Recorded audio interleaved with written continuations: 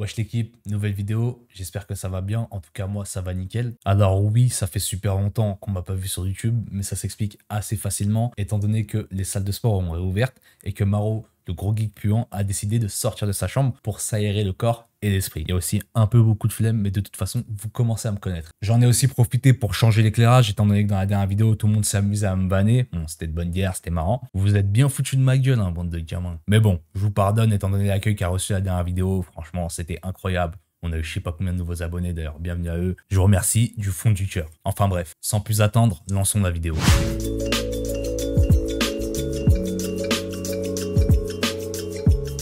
Les enfants, comme vous l'avez vu au titre de la vidéo, aujourd'hui on va apprendre à choisir sa carte graphique. Et même si on est en pleine pénurie et que certains pourraient penser que c'est pas trop utile de savoir ça sur le moment, sachez qu'actuellement tout tend à montrer qu'on sort de cette pénurie. Bon, on n'est pas dans l'immédiat, hein, ça sera pas dans un mois, mais au moins pour 2022. De toute façon, je reviendrai dessus à la fin de la vidéo. Pour commencer, à quoi sert une carte graphique? Bon, c'est tout simple, je pense que les plus perspicaces d'entre vous savent très bien à quoi ça sert. C'est juste là pour afficher des images sur vos écrans. Elle a d'autres utilités un peu spécifiques, mais bon, on va pas en parler aujourd'hui, ça sert pas à grand chose de savoir ça. Nous, ce qu'on va avant tout, c'est choisir une carte graphique pour du gaming. En parlant de choisir, ça va être très simple de choisir parce qu'actuellement sur le marché, on n'a que deux constructeurs de GPU. D'un côté, on a Nvidia et de l'autre, on a AMD. Nvidia a toujours eu assez bonne réputation et a toujours été sur le devant de la scène, étant donné qu'ils ne font que des GPU et qui se placent sur toutes les tranches de prix. Mais ils possèdent aussi le fameux Ray Tracing que tout le monde connaît, je pense. Une technologie qui permet simplement d'afficher les reflets en temps réel, que ce soit sur les jeux ou sur les logiciels 3D. Il possède aussi une autre technologie qui est le DLSS 2.0, tout aussi connu, mais beaucoup moins compris de la part des joueurs. Grossièrement, Nvidia a développé une intelligence artificielle qui a appris à rajouter des pixels un peu partout en fonction des images qu'on lui donne. Et toi, avec ta carte graphique, tu vas lui envoyer justement une image en 1080p qu'elle va étirer en 4K, ce qui va avoir une image totalement dégueulasse.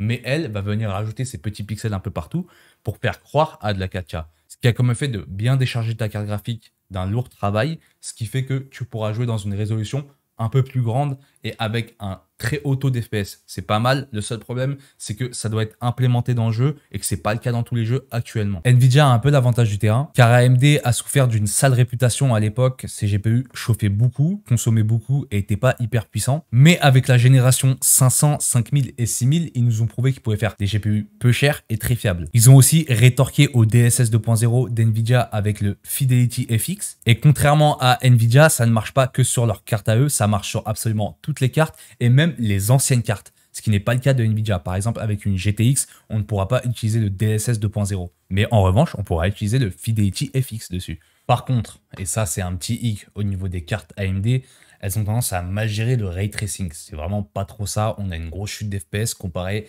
au ray tracing d'Nvidia. Mais bon, je pense que ça ne gênera pas la majorité des joueurs. Comme expliqué dans la dernière vidéo, la majorité des joueurs ne possèdent pas le ray tracing étant donné qu'ils jouent avec des 1060. Mais bon, c'est quand même un argument qu'il faut prendre en compte, surtout pour les joueurs qui cherchent de la beauté dans les graphismes. Bon, maintenant que tout ça c'est dit, on va passer au plus intéressant, c'est-à-dire les différentes puces au sein des différents constructeurs. Actuellement, du côté Nvidia, on est sur la génération 3000 avec les 3060, 3070, 3080 et 3090. Et du côté AMD, on est sur la génération 6000 avec les 6600 XT, 6700 XT, 6800 XT et 6900 XT. Du côté Nvidia, les nombres qu'on va retrouver à la fin comme 60, 70, 80 et 90 sont vraiment là pour te donner une idée de la gamme de produits que tu achètes. Le 60 signifie bas de gamme, le 70 milieu de gamme, le 80 haut de gamme et le 90 c'est vraiment le très haut de gamme. J'insiste sur le fait que ça soit du très haut de gamme parce que le commun des mortels n'a vraiment pas besoin de cette carte graphique. Il se peut, c'est fort probable que vous tombiez sur des puces avec la dénomination TI ou Super à la fin.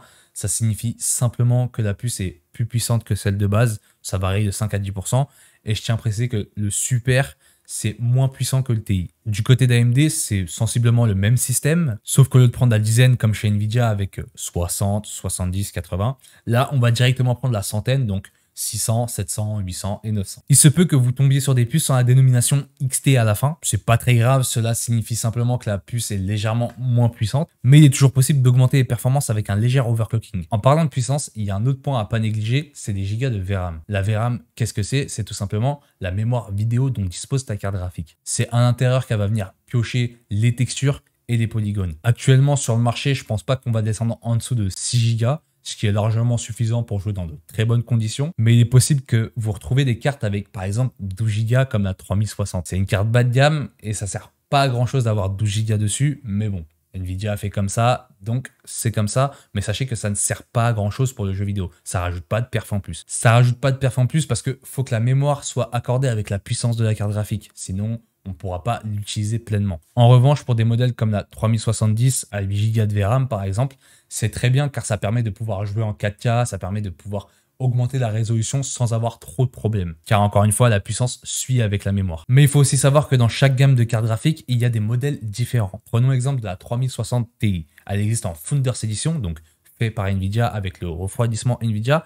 Mais Nvidia vend aussi ses puces à différents constructeurs comme MSI ou Asus par exemple, et eux vont venir ajouter leur propre système de refroidissement, ce qui peut drastiquement faire changer le prix. Je pense notamment à la Asus ROG Strix, qui est un modèle de carte graphique qu'on peut retrouver chez 3060, 3060 Ti, 3070, enfin bref, on va pas toutes les faire, qui en général se retrouve largement plus cher que le modèle de base fait par Nvidia. Ça s'explique par le système de refroidissement qui est largement plus conséquent que sur le modèle de base, donc qui permet de mieux préserver tes composants et de les garder plus longtemps, mais par aussi l'ajout de RGB et de mini-écrans pour afficher des gifs. Il y a un peu de tout. Puis on va aussi essayer de te survendre l'overclocking, alors que bon, techniquement, tu vas pas gratter plus de 15%. En bref, faut pas en abuser non plus, parce que des fois, pour le prix de certains modèles, tu pourras avoir un modèle au-dessus, un peu moins bien refroidi, mais qui fait quand même le taf et qui est plus puissant. En clair, tu vas devoir faire preuve de cohérence. D'ailleurs, en parlant de cohérence, il va falloir que tu fasses preuve de cohérence aussi à l'intérieur de ton PC. Imaginons que tu as un Ryzen 3 3100, tu ne pourras pas acheter une 3070